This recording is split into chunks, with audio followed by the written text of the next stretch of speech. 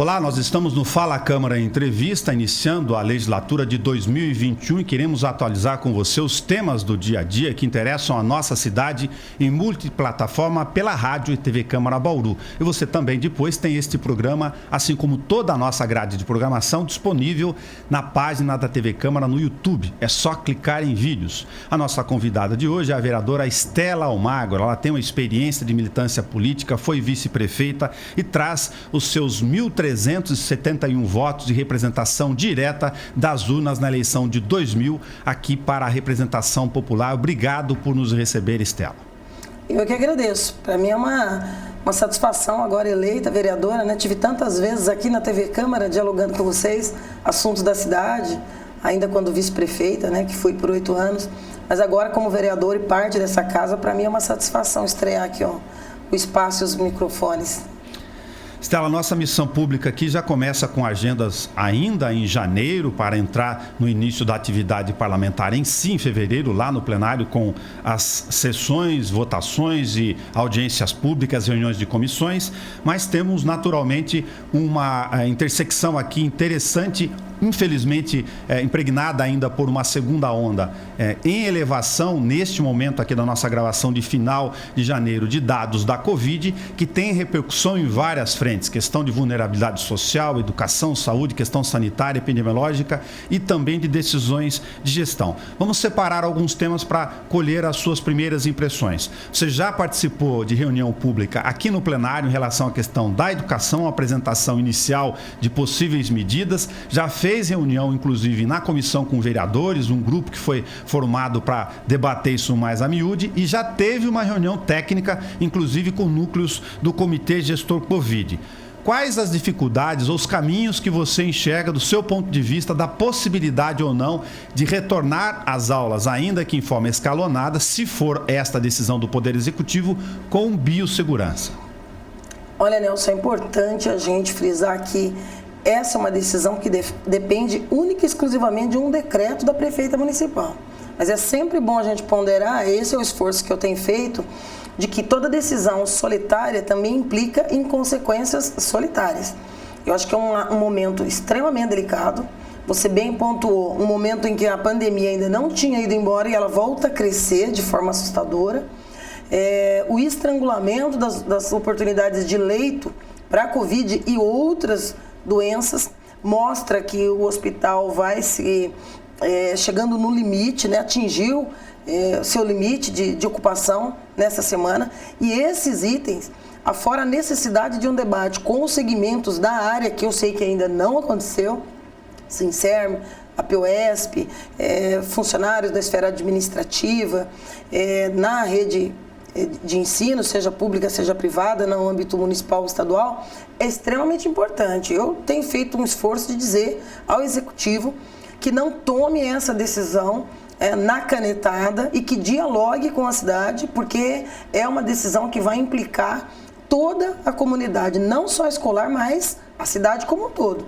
O retorno às aulas implica no crescimento do uso do transporte, que já tem tido muitas queixas da população, poucos horários de oferta, ônibus superlotados. Isso é muito importante que se olhe, porque é um fator de proliferação do vírus, fragiliza a nossa população, e de outro lado o poder público está mostrando que não está preparado para atender essa demanda da saúde no momento de pandemia como que nós estamos vivendo.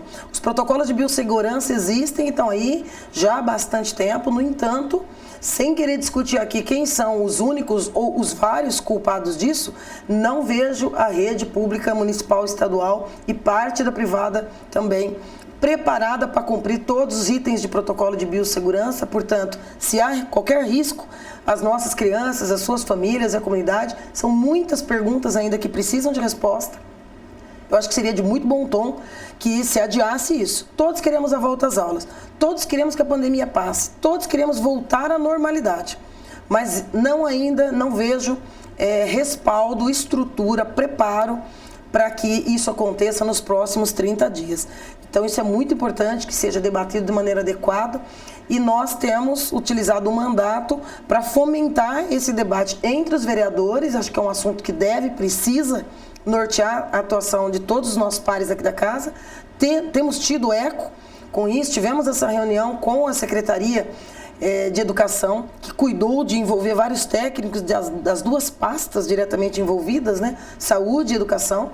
Uma reunião extremamente importante que nós tivemos ontem, mas entrei para essa reunião e saí com o convencimento de que, de fato, nesse momento, nós ainda não temos condições de precisar uma data para garantia de que haverá retorno com segurança para a nossa comunidade. Stella, vou tocar nos outros temas que estão agregados, inevitavelmente, em relação à questão da Covid, lógico, passando pelos principais pontos aqui nessa nossa estreia na Rádio TV Câmara, com você como representante popular. Você tem, como disse na origem, uma militância política em vários segmentos, já uma questão também de experiência de atuação, inclusive em ações relacionadas a segmentos específicos, para citar aqui a questão de habitação popular de baixa renda como vice-prefeita lá durante os últimos anos. Então, isso lhe traz uma bagagem para a convergência. O que esperar da Stella Almagro no plenário, dessa intenção, inclusive, de grupos que você já demonstrou, de agregar outros vereadores para a tentativa de encaminhar alguns assuntos, além dos seus, é claro? Nelson, eu tenho na minha trajetória a defesa intransigente daquilo que eu acredito, né? Minha militância histórica e única e de vida é com o Partido dos Trabalhadores, meu primeiro e meu único partido. Não tenho a posição da intransigência, sou dada ao direito de convencer outros e também de que me convençam. Não pretendo utilizar a postura do isolacionismo, acho que não é marcando posição que em 4 anos de mandato eu vou poder contribuir mais com algumas mudanças e algumas necessidades que a gente vê, sobretudo aquelas camadas com quem eu guardo mais proximidade, de opção de vida mesmo, de militância, que são as camadas C, D e E da população. A cidade é formada na sua grande maioria pela periferia. Então tem temas que são muito caros à população e esses temas seguramente me pautarão a minha atuação. Nós temos o compromisso com alguns temas que eu considero relevantes: saúde pública, educação, habitação, saneamento básico. Tem uma série de questões que são muito importantes para a população.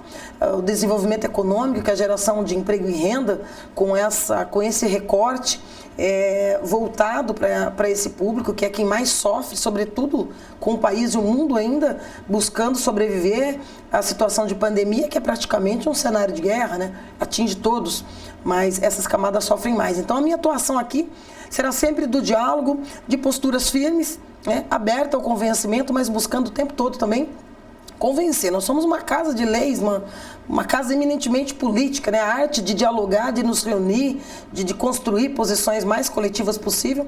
Sabemos que um voto não revoluciona a cidade, então é muito importante essa construção mais coletiva, e esse será o nosso esforço. Acho que a tribuna é um dos grandes motores da Casa de Leis, né?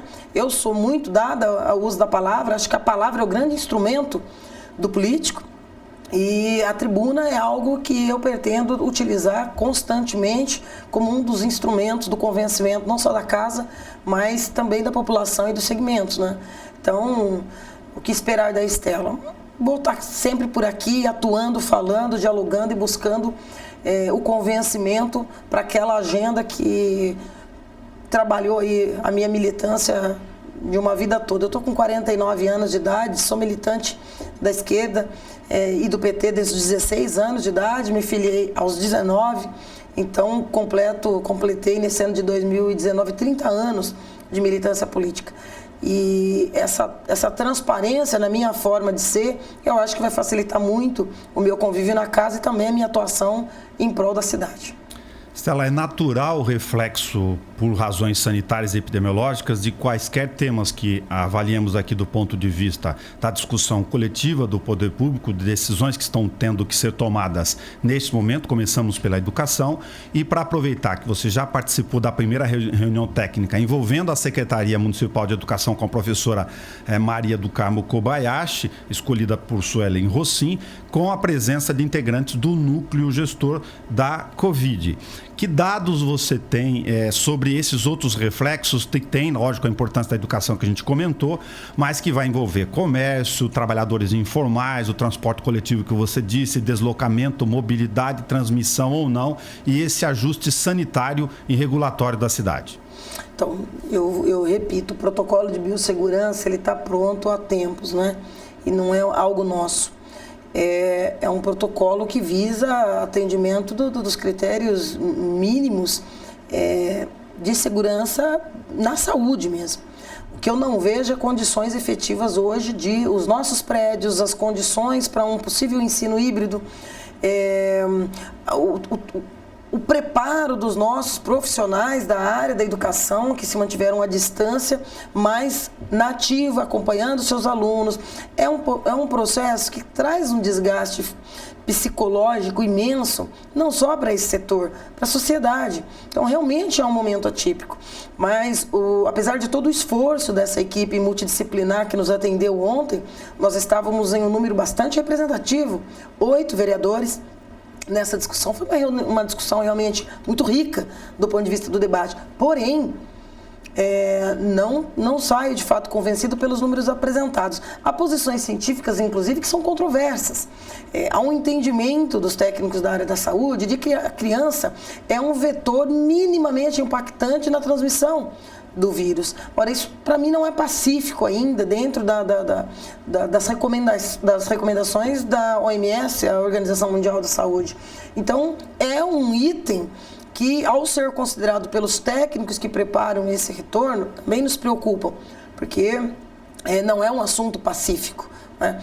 Nós tivemos as aulas suspensas desde março do ano de 2019. Esse seria um momento muito adequado para que as escolas tivessem sofrido alterações nas suas estrutura física, janela, ventilação cruzada, o próprio portão de acesso. Você pensar em retorno às aulas, chega uma criança com febre, por exemplo, que não deveria adentrar ao estabelecimento, mas se essa criança foi deixada pelo pai, pela mãe, independente da idade dela, no momento em que o pai está indo para o trabalho, como é que você recebe? Você vai mandar essa criança de volta para a aula? O acesso aos sanitários, por exemplo, que tem muitas dificuldades e não sofreram alterações nesses últimos meses, enquanto as escolas estavam fechadas ainda. Condições mínimas de utilização, e se a gente vai restringir o número de presentes numa sala de aula, o que já vai criar uma perspectiva de rodízio ainda maior, ou seja, a população achando que voltou à aula e muita gente achando que essa é a solução, porque muitos pais não têm onde deixar seus filhos, e não será. Em várias circunstâncias, a criança irá para a escola uma única vez durante a semana. Então, é um retorno mínimo, não é? É um começo, é um recomeço. Então, esse problema não seria inicialmente resolvido. Mas se você tem o controle de distanciamento e presença mínima numa sala de aula, quem é que vai estar na porta dos toaletes controlando o acesso? Todo mundo sabe. O acesso das crianças, dos adolescentes aos sanitários não obedece só ao critério de necessidade de utilização. Vai porque também vai, conversa, permanece ali. Quem vai controlar isso? O número de funcionários que nós temos é suficiente? Aí você vai ter impactos que nós ainda não temos essas informações. Há um artigo 18 de uma vereadora da casa, que segundo a secretária já foi transmitido, que a gente espera ter acesso a esses dados, porque quantos professores e profissionais da área de educação possuem comorbidades ou estão dentro de uma faixa etária que os coloca numa faixa delicada e de risco? Isso é fundamental, porque o número de professores e profissionais da área da educação, auxiliares, serão suficientes para esse atendimento rotativo que se pretende no primeiro momento? E aí tem as questões trabalhistas desses funcionários, que também é importante. São eles que vão receber as crianças. Eles também precisam estar em condições psicológicas e, do ponto de vista social, suas famílias atendidos para estar ali com toda a tranquilidade do mundo. Então tem muitos itens, muitas questões que não encontram ainda respostas palpáveis, respostas que convençam. Eu levei cerca de 50 questionamentos ontem, fruto de algumas semanas de debate com profissionais das mais diversas esferas dentro do âmbito da educação. E tive da secretária o pedido de que fosse transmitido isso por e-mail, que eu estou fazendo já, para que ela possa se debruçar sobre esses assuntos, porque são tantas questões que ela própria admite nessa discussão técnica de que, olha, realmente a gente precisa refletir sobre uma série de questões. Então, útil? Muito. Uma reunião técnica realmente muito útil, mas saio convencida de que vamos voltar? Sim, mas não podemos fazer isso nos próximos dias da forma como a situação se encontra hoje na esfera pública e privada no âmbito do município.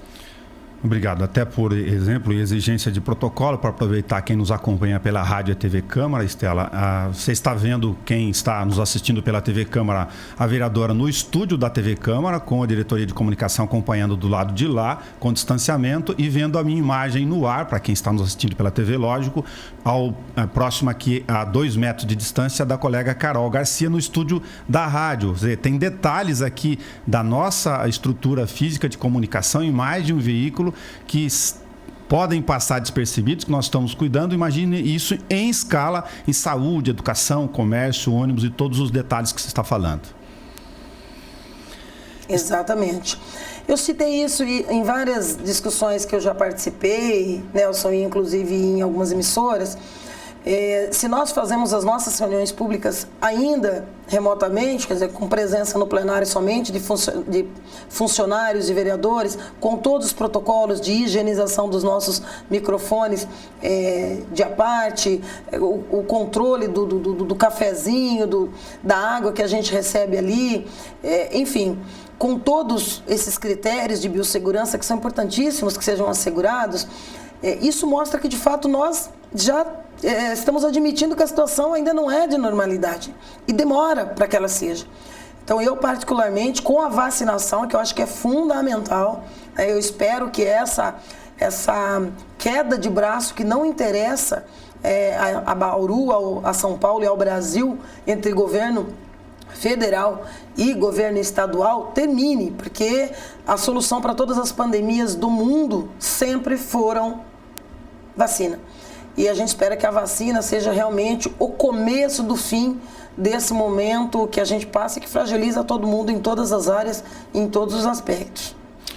Legal. Estela, tem um outro tema também com um braço relacionado aos efeitos da pandemia, né, por causa da questão econômica e social, que você fez uma intervenção no plenário da apresentação da reunião pública a que eu me refiro, das prioridades de abastecimento de água apresentadas pela nova presidente do DAE, a Flávia Souza, tendo em vista para o público de que o governo Suelen direcionou a questão do abastecimento de água prioritário como uma das suas questões principais.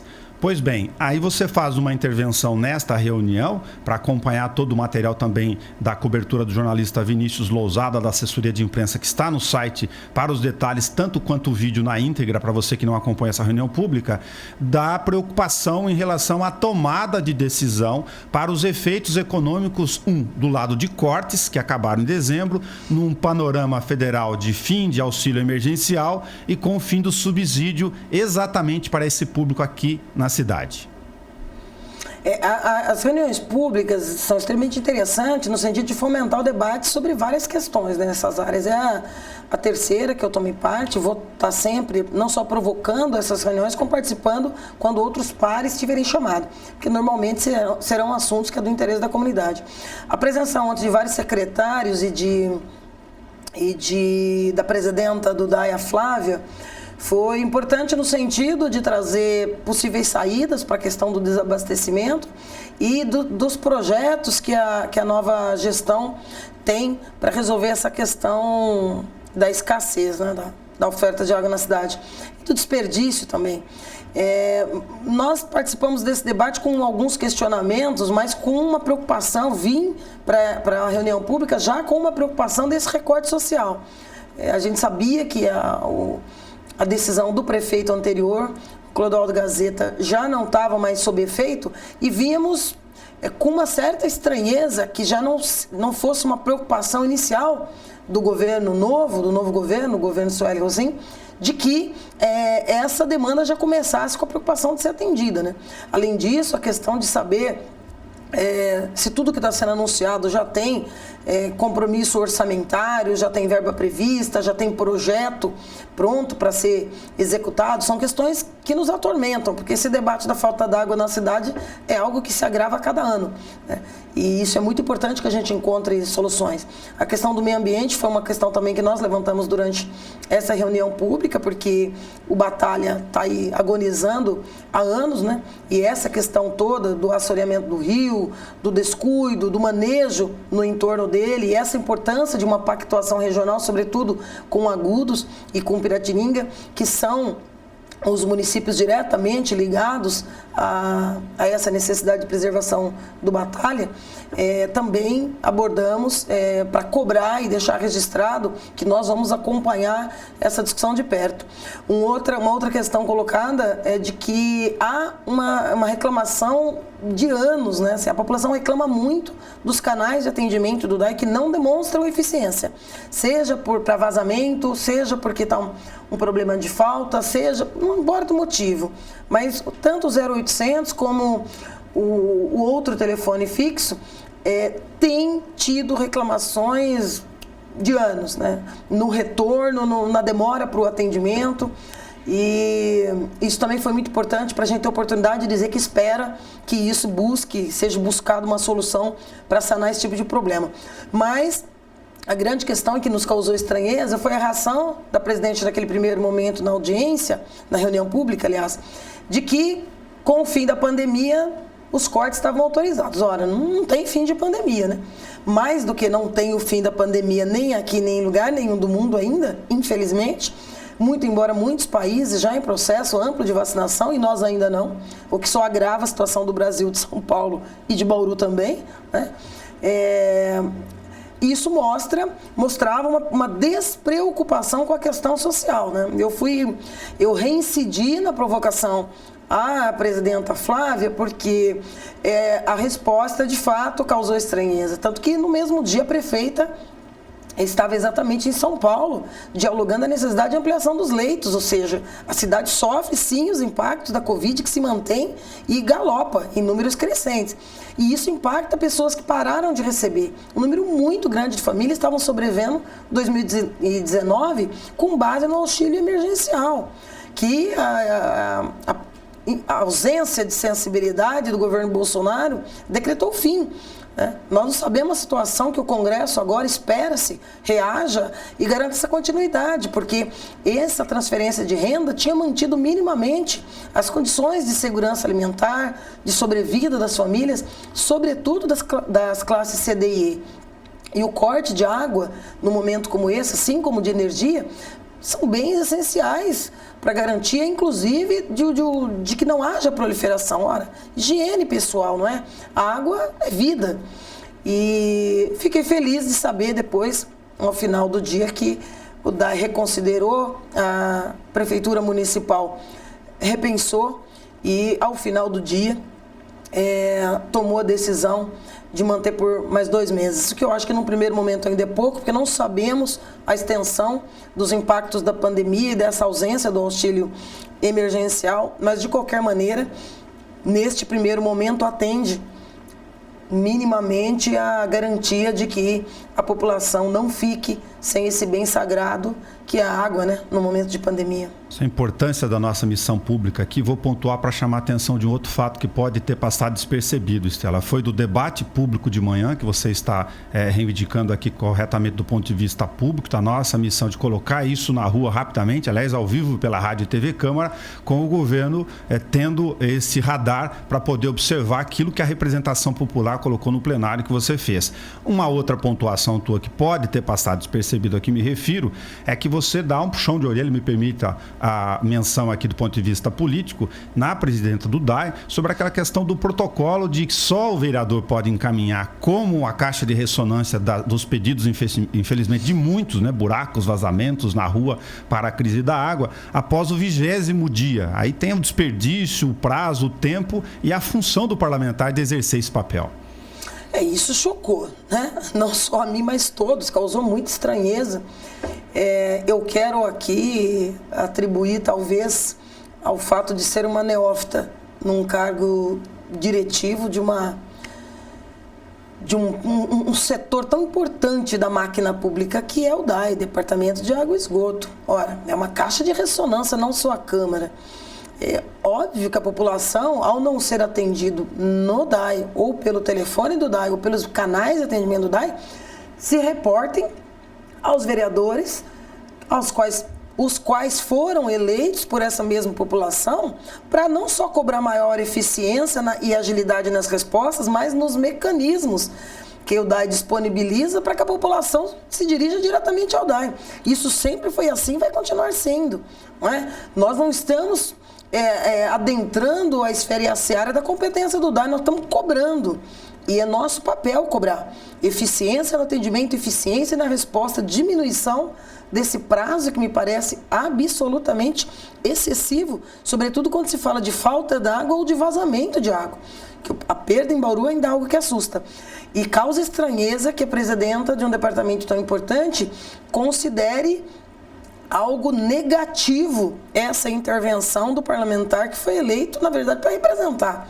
Então isso causa estranheza. A gente espera que essa postura mude, né? E que ela não vire moda dentro da esfera de outros espaços do Poder Executivo. O Executivo e o Legislativo são órgãos, poderes extremamente autônomos, um em relação ao outro. E o nosso sempre será fiscalizar e cobrar. Não pretendo em momento algum abrir mão disso, independente da opinião de presidente, secretário ou mesmo da prefeita municipal. Mas espera-se que o governo reveja esse tipo de posição externada pela presidenta do DAE, porque realmente repercute mal entre os pares e repercute também mal na sociedade. Esse é o nosso papel. Não há que se causar estranheza que atuemos nesse sentido. Nós vamos executar o papel de fazer essa missão pública o tempo todo atualizando com vocês da representação popular pela Rádio e TV Câmara. E o último tema, para as pessoas que eventualmente não acompanham a nossa missão de apresentar isso, você também nas redes sociais que a gente acompanha tem um outro trabalho específico na área do futebol amador. Tem conversado com todas as agremiações, que é uma atividade que você gosta bastante, como nós, aliás. O que você pretende, o que você está conversando com esse pessoal? O futebol é a alma do brasileiro, né, Nelson? E a gente bate sempre numa tecla, ainda há muito pouca oferta de lazer, cultura, entretenimento na periferia. E a nossa periferia se movimenta, né, suprindo essa necessidade, essa tarefa que deveria ser do poder público, e nós vamos estar aqui cobrando muito, fazendo sempre proposições no sentido de construir, faz muito isso com o futebol. Nós temos muitas agremiações, muitos clubes, né, muitas entidades se formando em torno dos clubes. Eu tive reunida não só com várias desses clubes, dessas agremiações, mas também com a FAB, que é a nova associação do futebol amador de Bauru, que se pretende mais forte, que se pretende mudar um pouco dessa visão preconcebida que alguns setores da cidade têm em relação ao futebol amador da cidade, porque é muito importante. É um espaço que o povo se joga, acredita, gosta, o povo brasileiro ama futebol e isso movimenta muito os finais de semana e está muito impactado ainda a nossa periferia com a pandemia por conta da impossibilidade dos campeonatos, sobretudo da maneira inicial, né? Muitos desses clubes com ideias muito boas, de trabalhar a formação da base, de aproveitar esses espaços de estádios para fazer parcerias com o poder público. Eu acho muito importante que o Poder Executivo, que a Secretaria de Esporte, com quem eu pretendo me apresentar e discutir nos próximos dias. Por quê? Porque esses clubes podem ser um grande parceiro. E há muitas parcerias que podem ser feitas no sentido de que desonere as obrigações do ponto de vista financeiro e estrutural da prefeitura, desde que se abra parceria com esses clubes, com esses times, para que eles atuem na esfera dos seus bairros e adjacências, para oferecer essas parcerias para melhoria dos estádios, mais oportunidade de práticas esportivas, trabalho na área de formação, ocupação das nossas crianças, dos nossos jovens, muita gente séria mesmo, muita gente comprometida ligada à FAB e a essas agremiações. Então é algo que eu pretendo trabalhar muito de perto. Eu tenho muitos amigos ligados ao futebol na cidade e pretendo utilizar sim o mandato como um instrumento de trazer esse debate desses clubes, desses times, dessas agremiações para dentro do Legislativo e de estar propondo constantemente gente, com o Executivo e, sobretudo, a Secretaria de Esporte, ações concretas que transformem essas parcerias num momento histórico para fomentar as atividades desses times, o crescimento deles e a atuação no sentido de que tragam mais benefícios para a comunidade, e que tragam o esporte como realmente uma agenda prioritária da cidade, sobretudo nesse momento em que falta tanto isso e de tanto esgotamento psicológico, tantas dificuldades decorrentes da pandemia. O esporte tem que ser prioridade e o futebol é o esporte que envolve a maior parte da comunidade brasileira e Bauru não está estanque a isso. Então, esse com certeza será uma linha de atuação permanente do nosso mandato. Estela Almagro, muito obrigado por estrear conosco aqui nessa nossa missão do diálogo público pela rádio e a TV Câmara. Prazer, foi todo meu. Nós vamos estar aqui constantemente aí durante todo o mandato, utilizando esse espaço que é de todos nós, é da cidade de Bauru. É uma grande conquista a Câmara ter a sua TV e a sua rádio. Muito obrigado. Nós conversamos com a vereadora Estela Almagro. Você acompanha o Fala Câmara Entrevista com todos os demais parlamentares também no YouTube. Está tudo lá disponível, as reuniões públicas a que nos referimos aqui no nosso bate-papo. É só clicar em vídeos. Até, cuide-se.